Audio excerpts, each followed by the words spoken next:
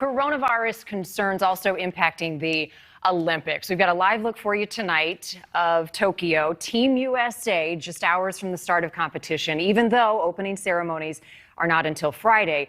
But there is a state of emergency in the host city. Combine that with dozens of Olympians now testing positive for the virus. It is ramping up concerns that organizers could pull the plug on the games altogether. NewsNation's Aaron Nolan joining us live in the newsroom tonight with the very latest on a situation that seems to be changing, Aaron, by the minute. Yeah, it changes a lot. From a year delay to now just hours away from the first Olympic competition of the summer.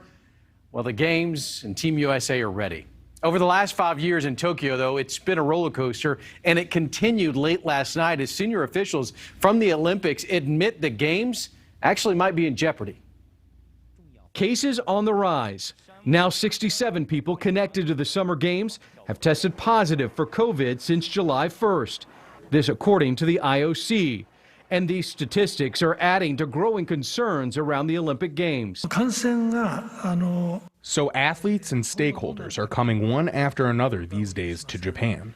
And as some people were worried, we don't have the situation where there are zero infection cases. The president of Tokyo 2020 added that with numbers like this, cancellation is still on the table. We can't predict what will happen with the number of coronavirus cases. So we will continue discussions if there is a spike in cases. Lexi Weeks-Jacobus is an Olympian from Rio in 2016.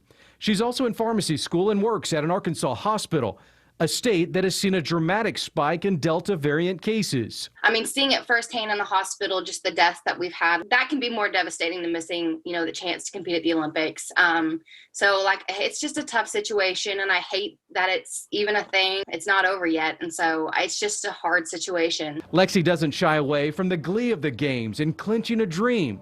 She told me it's an honor a pandemic can't take away from those athletes in Tokyo. And even if it does get canceled, that they're, in my mind, they are still Olympians. A first time, you made that team and you deserve that title. But, oh man, it would just be devastating.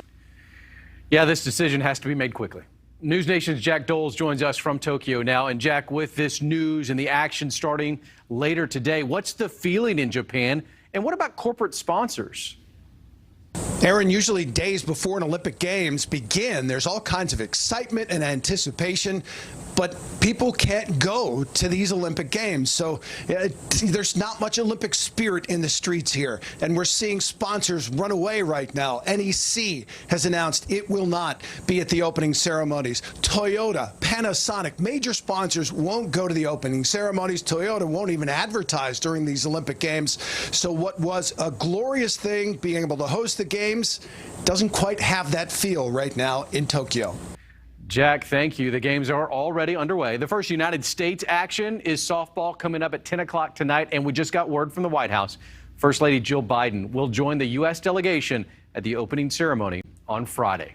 Rob.